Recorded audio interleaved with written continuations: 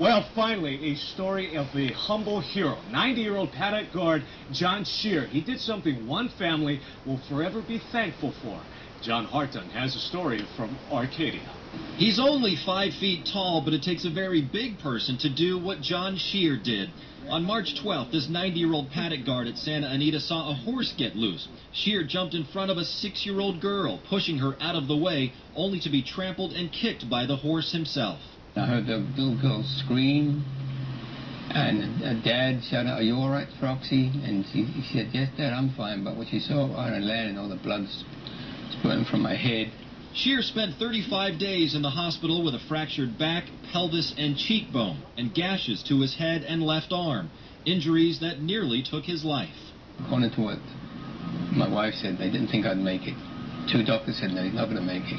His age and what he's gone through, the blood he's lost, he's not going to make it. But I fooled him. The 3-year-old horse, Sea and Sage, only raced 3 times at Santa Anita, finishing last each time. The last of all is Sea and Sage. The young girl's father wants to keep their identity anonymous, but he credits Shear for saving his daughter's life.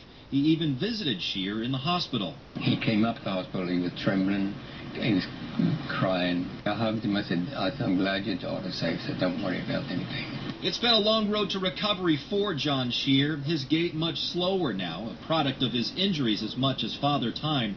He's worked the paddock area at Santa Anita for the past 50 years, but in just the past 6 months has become a heroic figure. I've had a colorful lifetime. I can't complain. Oh, God, I hadn't even seen a life. So there was no decision making as far as I was concerned. It was the instinct. I had to go and save her, die. If I had died, I'd died. I'm 90 years old, so what? John Shear has a hard time being referred to as a hero, but come this weekend when the autumn meet opens here at Santa Anita, one of the races on Saturday will be called the John Shear Hero Purse.